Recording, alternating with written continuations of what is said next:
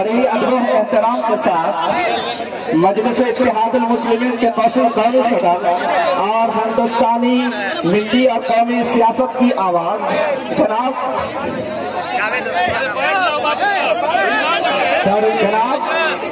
असदुद्दीन ओवैसी साहब को इस शेर के साथ मैं गुजारिश करूंगा कि तेरी यकताई हर एक रंग में छाई है, तेरी यकताई हर एक रंग में छाई है, सारा मजमा तेरे जलवों का तमाशाई है। जनाब बैरिस्टर असदुद्दीन ओवैसी साहब माइक पर।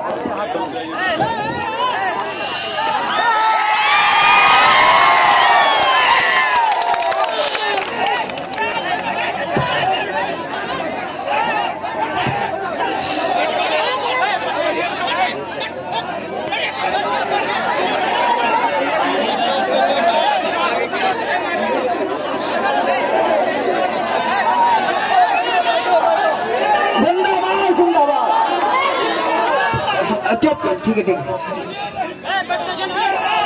धीरे से सुनना है बस।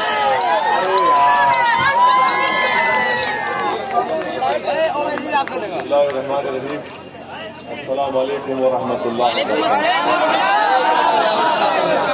रानीगंज से मजलिस इत्तेहादुल मुस्लिमीन के प्रत्याशी मोअज़्ज़िज़ हाज़रीन इकराम, बुजुर्गान मिल्लत, अभी आपने हमारी बहन से जो यहाँ से आपकी प्रत्याशी है, उन्होंने आप तमाम को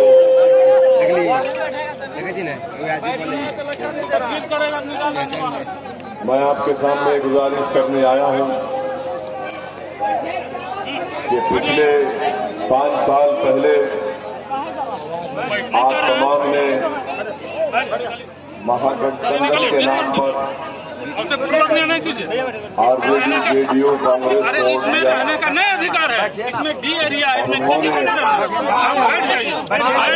की जनता के साथ बहुत बड़ा धोखा किया और बीजेपी को रोकने के लिए। मगर आप देखते हैं कि आज जेडीयू और नीतीश कुमार बिहार में नरेंद्र मोदी के साथ बैठकर दूध पी रहे हैं। और ये भी एक बात आप जानते हैं कि पिछले 15 साल से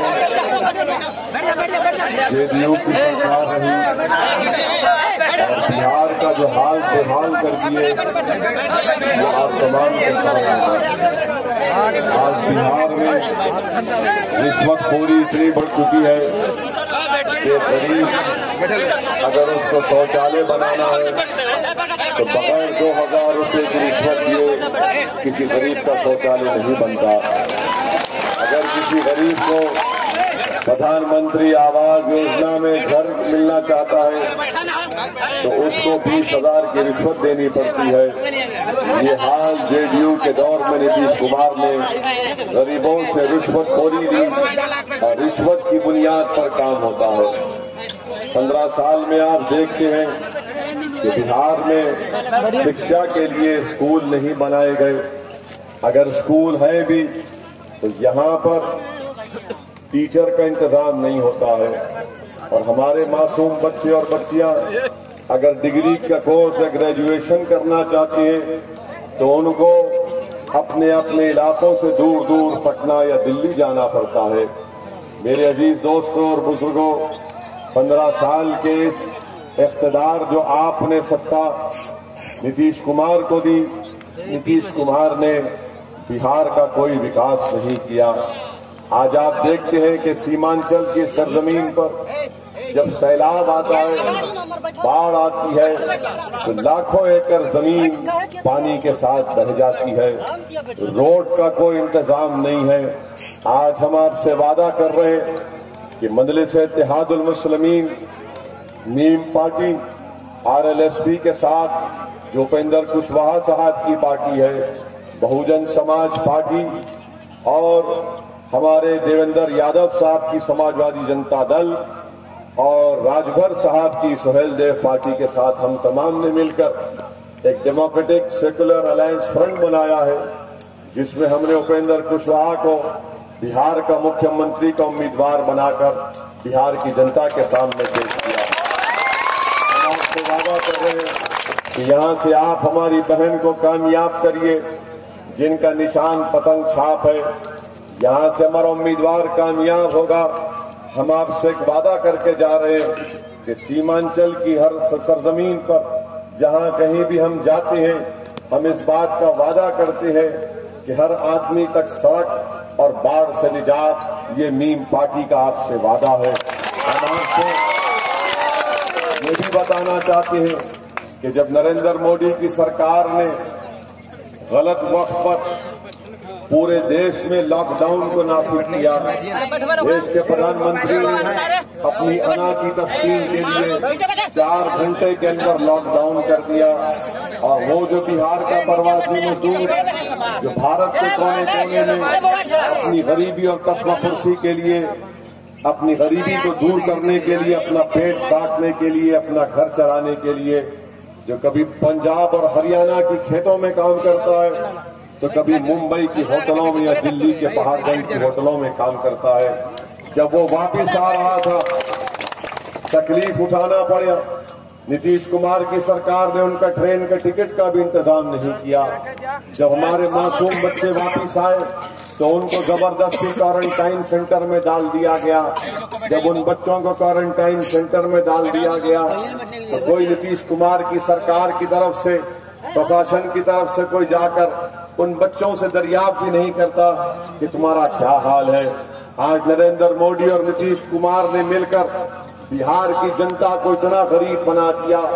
लॉकडाउन की वजह से, कोरोना की वजह से आज न सिर्फ बिहार बल्कि पूरे भारत के गरीब कि उसकी तमाम कमजोरियां, उसकी गरीबी में इजाफा हो चुका है। इसीलिए हम आपसे अपील कर रहे हैं कि 7 नवंबर के दिन आप अपना एक वोट हमारी बहन जिसका निशान पतंग छाप है उसके हक में वोट डालिए। आपने 15 साल नीतीश कुमार को वोट देकर उनको सत्ता दी, उससे पहले आपने 15 साल आरजेडी को सत्ता देकर उनको मौका दिया। कल तक आप ये शिकायत करते थे कि बिहार की जनता के पास कोई विकल्प नहीं है।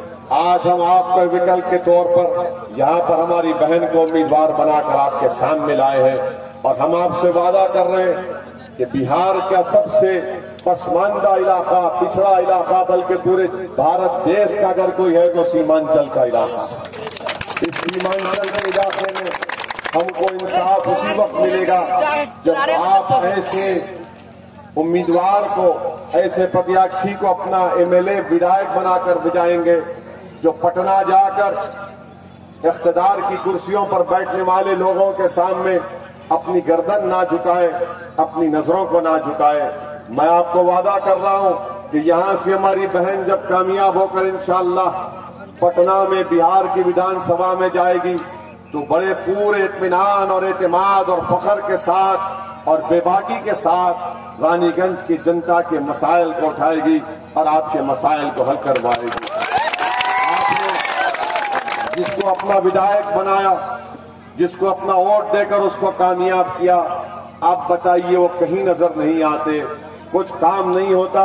हाँ, अब इलेक्शन आया है तो बड़ी बड़ी बुलंदबांग दावे और वादे किए जाते हैं, मगर इलेक्शन के बाद ये तमाम के तमाम गायब हो जाते हैं, कहीं पर नजर नहीं आते।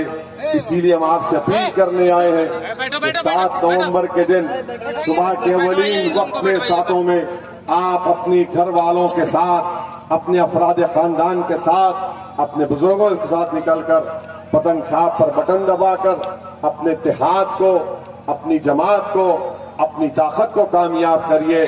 और हम जो आपसे वादा किए हैं इंशाअल्लाह ताला वो वादे पूरे होंगे। 5 साल पहले जब हम अपने सियासी सफर का आगाज सीमांचल की सरजमीन से किया था तो लोग हम पर इल्जाम लगाए थे, लोग हमसे सवाल करते थे कि क्या इलेक्शन लड़ने आए हैं, उसके बाद भी आएंगे। मगर आपने देख लिया, वक्त और तारीख इस बात की गवाह है कि 5 साल पहले जब हमने अपने सियासी सफर का आगाज किया वो सिर्फ इलेक्शन लड़ने के हद तक महदूद नहीं था, बल्कि अल्हम्दुलिल्लाह अल्लाह ने हमको जो सलाहियत दी और जो अल्लाह ने हमको हौसला दिया है, जहां पर हम अपनी पार्टी का क़याम अमल में लाते हैं, जहां पर हम अपनी जमात का परचम बुलंद करते हैं, हम जिंदगी भर उस जगह को अपना लेते हैं और वहां पर अपनी जिद्दोजहद को जारी रखते हैं। कामयाबी देना ये अल्लाह का काम है, कोशिश करना ये हमारे हाथ में है।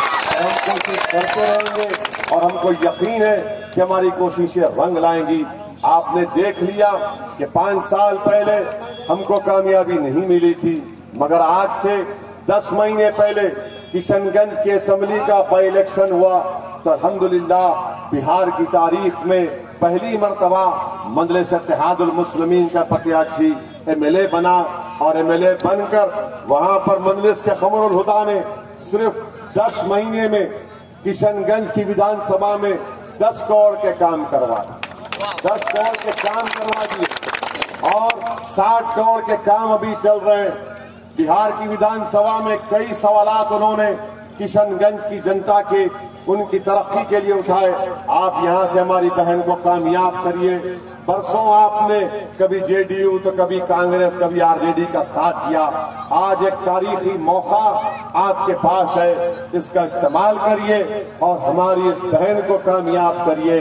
मैं आपसे अपील कर रहा हूं कि बाबा साहेब अम्बेडकर ने जो संविधान बनाया, उस संविधान में हमको इजाजत दी गई कि हम अपने पसंद के उम्मीदवार को वोट डालें।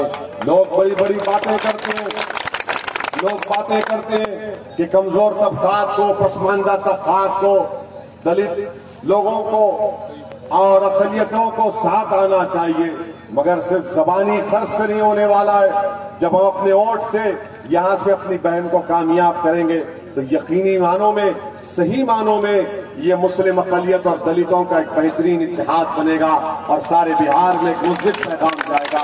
ये कह के हम आपसे रुख़्सत हो रहे हैं और आपसे फिर से अपील कर रहे हैं कि 7 नवंबर के दिन आप अपना एक वोट पतंग चाप के अपनी वोट डालकर अपने इत्तेहाद को और अपनी पार्टी को कामयाब करिए। शुक्रिया। अस्सलाम वालेकुम।